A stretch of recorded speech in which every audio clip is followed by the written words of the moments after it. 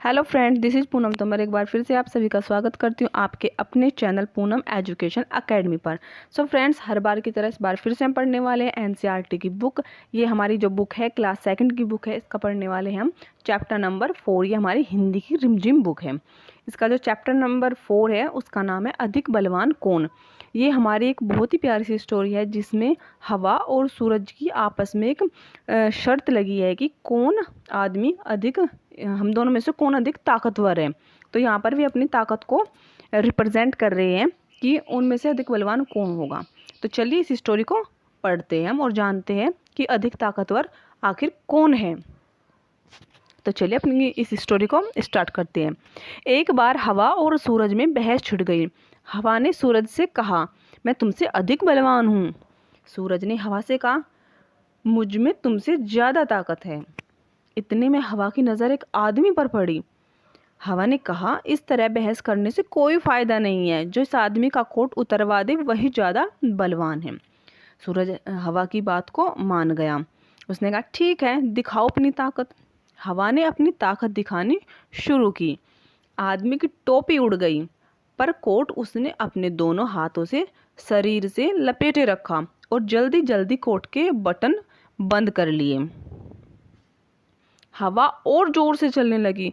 अंत में आदमी नीचे ही गिर पड़ा, पर कोट उसके शरीर पर ही रहा। अब हवा थक गई। सूरज ने कहा, हवा, अब तुम मेरी ताकत देखो। सूरज तपने लगा। आदमी ने कोट के बटन खोल लिए। सूरज की गर्मी और बढ़ी। आदमी ने कोट उतार दिया और उसे हाथ में लेकर चलने लगा। सूरज ने कहा, देखी मेरी ताकत, उतरवा दिया ना कोट। हवा ने सूरज को नमस्कार किया और कहा, मान गई तुम्हारी ताकत को।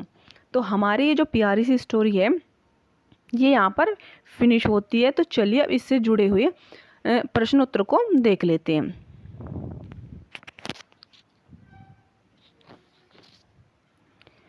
हवा को ऐसा क्यों लगा होगा कि वह सूरज से अधिक बलवान है। हवा को ऐसा अपनी तेज गति के कारण लगा कि वह सूरज से अधिक बलवान है। हवा आदमी का कोट कैसे उतरवा सकती थी, कोई तरकीब सोचो। तो हवा जो है एक तरीके से उस आदमी का कोट निकलवा सकती थी और वो तरीका है, अगर हवा अपनी रफ्तार तेज करने के साथ साथ मिट्टी या धूल के कण को भी उसमें उड़ाती, जिससे वो जो धूल मिट्टी के कण है वो उस व्यक्ति की चेहरे पर उड़ते,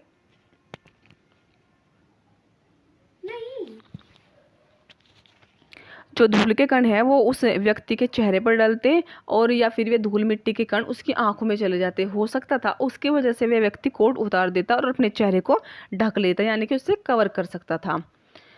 आदमी ने गर्मी लगने पर कोट उतार दिया। तुम गर्मी लगने पर क्या क्या करती हो? जब हमें गर्मी लगती है तो हम फ़ैन ऑन करते हैं या फिर एसी ऑन करते हैं या फिर हल्के फुल्के कपड़े पहनते हैं, कॉटन के कपड़े पहनते हैं, छाँव में रहना पसंद करते हैं। और इसके अलावा हम ठंडी चीज़ों को खाते हैं, जैसे कुल्फ़ी वगैरह, ऐसी चीज़ों को हम खा सकते हैं जब हमें गर्मी लगती है। किस में कितनी ताकत है, बताओ इनमें से कौन अधिक बलवान है, तुम्हें ऐसा क्यों लगता है? तो हमें यहाँ पर ये कुछ चीज़ें दी गई है जिनमें से हमें किसी एक को ताकतवर बताना है और उसका कारण भी बताना होगा। तो जैसे कि यहाँ पर दिया है सूरज या हवा, तो इन दोनों में से कौन ताकत है? मुझे लगता है कि यहाँ पर सूरज अधिक बलवान है, क्योंकि उसके अंदर ऊष्मा अधिक होती है जिसको व्यक्ति सहन नहीं कर सकता। हाथी या शेर? मुझे लगता है कि शेर अधिक बलवान है क्योंकि शेर जंगल का राजा होता है और सभी पशु उससे बहुत डरते हैं। गर्मी या सर्दी? मुझे लगता है कि सर्दी अधिक बलवान है क्योंकि सर्दी व्यक्ति सहन नहीं कर सकता और अधिक सर्दी लगने के कारण व्यक्ति की मृत्यु भी हो जाती है। ताकत की बात? हवा ने अपनी ताकत दिखाने के लिए क्या क्या किया? हवा ने अपनी ताकत दिखाने के लिए पहले तो अपनी जो हवा थी उसने अपनी रफ्तार बढ़ाई, जिसके कारण उस व्यक्ति की टोपी उतरकर नीचे गिर गई और अधिक रफ्तार बढ़ाने पर वह व्यक्ति स्वयं ही जमीन पर गिर गया। सूरज ने अपनी ताकत दिखाने के लिए क्या किया? सूरज ने अपनी ऊष्मा को बढ़ाया, यानी कि उसने तपना शुरू किया और जिसके कारण सबसे पहले व्यक्ति ने क्या किया, अपने कोट के बटन खोले। फिर जब वो उससे अधिक गर्मी सहन नहीं हुई तो उसने अपना कोट निकाल कर अपने हाथों में ले लिया। ये सब अपनी ताकत दिखाने के लिए क्या करेंगे? पानी, अगर पानी अपनी ताकत दिखाएगा तो पानी अगर तेजी से बहने लगेगा तो वो किसी से भी नहीं रुक पाता और एक बाढ़ जैसी स्थिति उत्पन्न हो जाती है।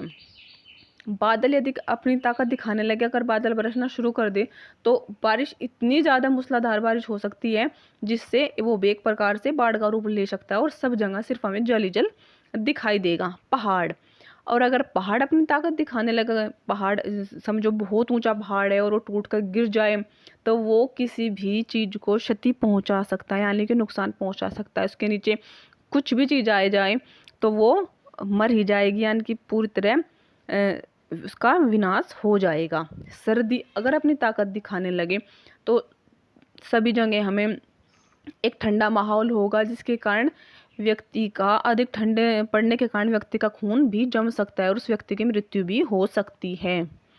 तो ये क्या होता, मान लो कि हवा ने कहा जो मिट्टी में गड़े इस तंबू को उखाड़ दे वह ज़्यादा ताकतवर होगा। ऐसा होता तो कहानी में आगे क्या होता, सोचो और बताओ।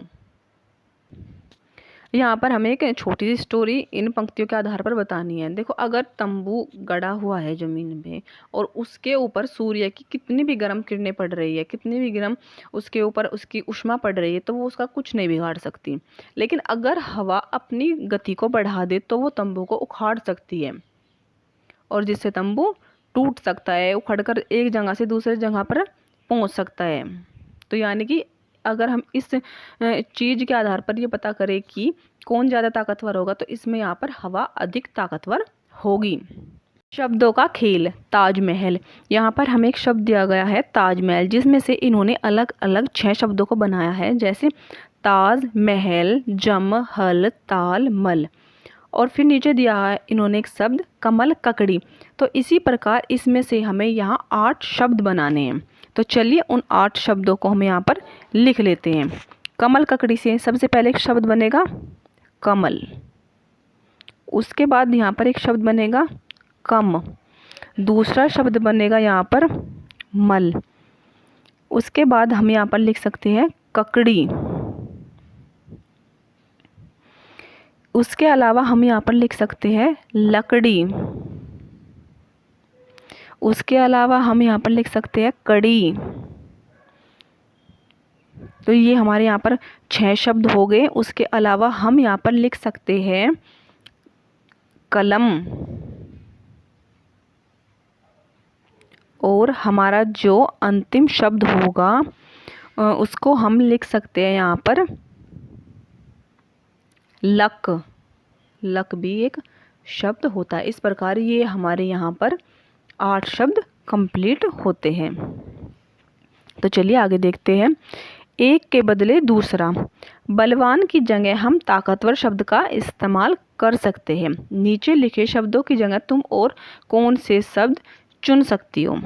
तो अधिक की जगह हम लिख सकते हैं ज़्यादा, फ़ायदा, फ़ायदा की जगह हम लिख सकते हैं लाभ, नमस्कार की जगह हम लिख सकते हैं प्रणाम, शरीर की जगह हम लिख सकते हैं देह या काया, झगड़ा, झगड़े की जगह हम लिख सकते हैं लड़ाई, और सर्दी की जगह हम लिख सकते हैं ठंड।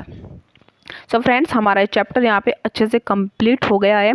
आशा करती हूँ आप सभी को ये चैप्टर अच्छे से समझ आया होगा। नेक्स्ट वीडियो में हम नेक्स्ट चैप्टर के बारे में बात करेंगे, और मैं आपको बताना चाहती हूँ कि कक्षा फर्स्ट के सभी चैप्टर को हमने अच्छे से कवर कर लिया, जिसकी प्लेलिस्ट आपको हमारी चैनल पे मिल जाएगी। तो thank you for watching this video and please subscribe my channel. Thank you.